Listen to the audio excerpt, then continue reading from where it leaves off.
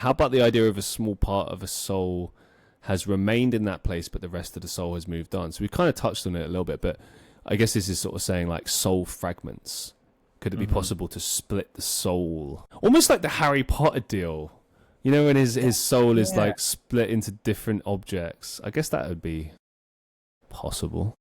Interesting. Yeah, that's an interesting hypothesis. I mean, I guess it could be possible, but it's like, I feel like if some kind of unnaturally tragic event happens, like you said, like if a child drowns, it's just sort of like biologically unnatural for like parents to have to bury their children type of deal.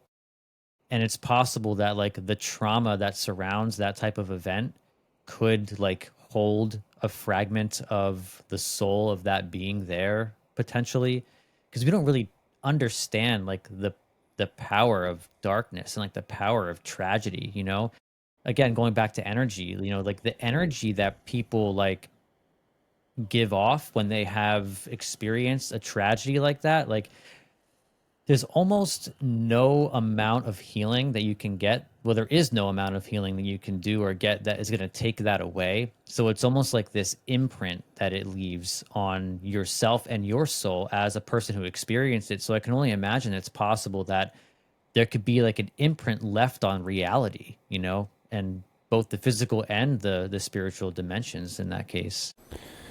Yeah, I think imprint is a great way of putting it as well. Like, I remember this farm that I lived on years ago in Estonia. It apparently had owners on it previously who had hung themselves. Now, I never really felt presence or anything. I definitely felt uncomfortable in the dark, as most people do.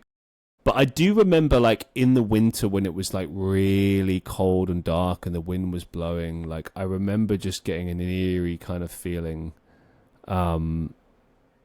And again, it wasn't like the woo ghost shit, but it was kind of, I always used to joke that like in Estonia, in Europe, like winter is like everything's dead, right? And literally it is, but you really felt like you were in hibernation because everything's dark. It goes dark at like 3 o'clock in the afternoon or whatever. But like in the most rural places, it really just felt like everything had died. And you really felt it in places like that. I gotta say, you just kind of, there was that feeling that you couldn't really explain exactly, but it was always there. Yeah, and like places where you experience all four seasons, like truly, Yes.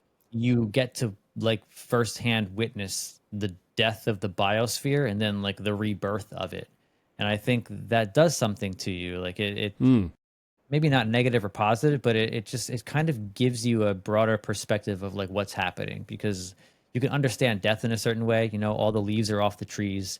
Everything is kind of bare and quiet, and it feels like the death of the biosphere. And then like when spring comes around, you see it start to like begin to spring to life again. And it's like a beautiful thing to be able to witness the cycle of like death and rebirth right in front of your eyes.